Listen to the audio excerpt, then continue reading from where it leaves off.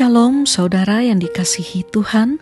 Pesan firman Tuhan hari ini tentang Tuhan memberkati orang yang rendah hati.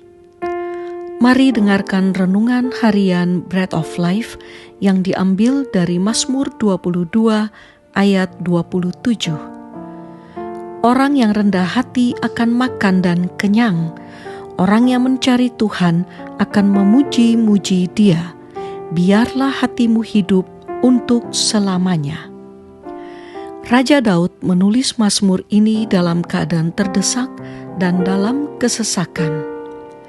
Mazmur ini berisi pesan tentang hidup dalam kerendahan hati, tentang harapan dan kepercayaan kepada Tuhan, juga tentang kuasa penghiburan yang Tuhan berikan kepada orang yang segenap hati mencari wajah-Nya dan yang sungguh-sungguh hidup dalam kerendahan hati. Dalam Alkitab tertulis janji Tuhan kepada mereka yang hidup dengan rendah hati, antara lain Tuhan akan meninggikan mereka, Tuhan akan memahkotai dengan keselamatan, mereka akan bergembira karena kesejahteraan yang berlimpah-limpah. Juga Tuhan akan mengajarkan jalan-jalan-Nya, dan mereka akan menerima pujian. Kebalikan dari rendah hati adalah tinggi hati. Seperti janji Tuhan bagi orang yang rendah hati, demikian juga peringatan dari Tuhan bagi mereka yang tinggi hati, yaitu mereka akan direndahkan. Tinggi hati adalah kekejian bagi Tuhan.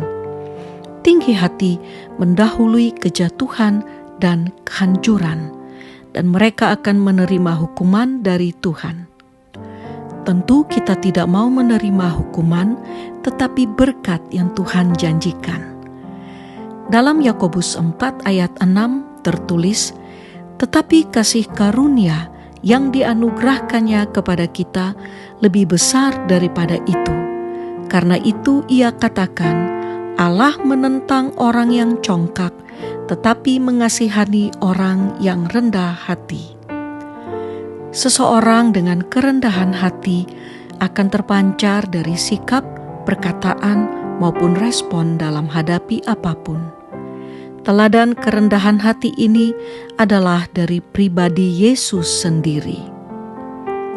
Belajar hidup dalam kerendahan hati berarti mempunyai kerinduan untuk hidup sama seperti Yesus, sebab Dia rendah hati dan lemah lembut.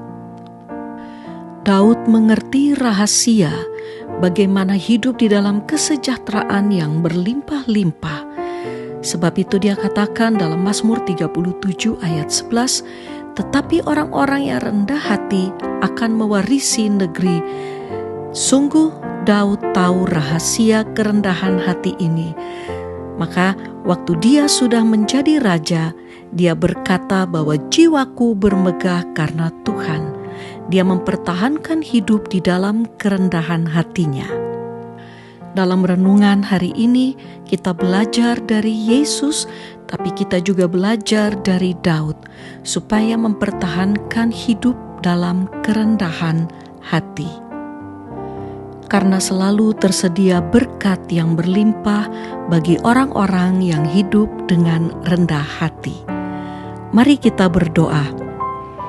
Tuhan, kami mengucap syukur karena Engkau mengingatkan kami hari ini.